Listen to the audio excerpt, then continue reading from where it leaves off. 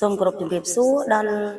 ពុកម៉ែបងប្អូនកូនក្មួយព្រមទាំងមិត្តជាទីស្រឡាញ់ទាំងអស់គ្នាសូមអ្នកទាំងអស់គ្នារីករាយទស្សនានៅវីដេអូកំសាន្តព្រមទាំងសម្ដាប់ជាមួយនឹងបទចម្រៀងដែលមានចំណងជើងថាប្រុសកំពូលស្នេហ៍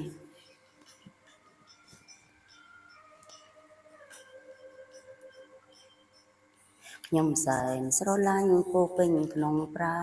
ណតើប្រងកល្យានេះបានដឹងទេអូនគេងសោកាអោរានឹកស្នេហ៍ទុកព្រួយ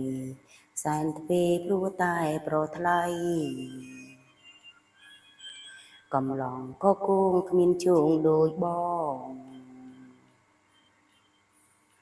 នឹកផងខ្នាញ់ផងទាំងយំទាំងថ្ងៃប្រាំអូនមកចង់ឲ្យអងសង្ស័យតើព្រមប្រណីដល់រូបស្រីទេចិត្តអូនសែននឹក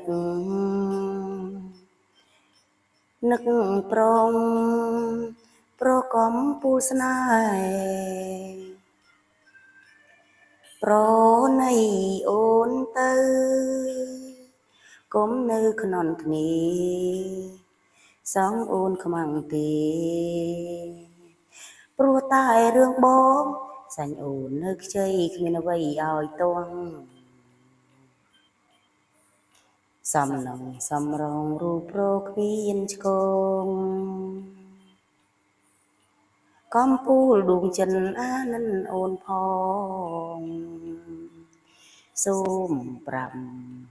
បំណងឲ្យខ្ញុំបានដឹង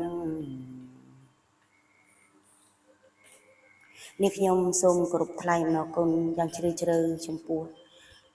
ពុកម៉ែបងប្អូនកូនក្មួយព្រមទាំងមិត្តជាទីស្រឡាញ់ទាំងអស់គ្នាដែលបានតែងតែគ្រប់គ្រងនៅរាល់វីដេអូរបស់នាងខ្ញុំទោះជាល្អឬមិនល្អក្តីក៏តែងតែគ្រប់គ្រងរហូតមកហើយនាងខ្ញុំក៏នឹងខិតខំផលិតនៅវីដេអូកំសាន្តផ្សេងជាការទស្សនាកំសាន្តជូនដល់បងប្អូនទាំងអស់គ្នា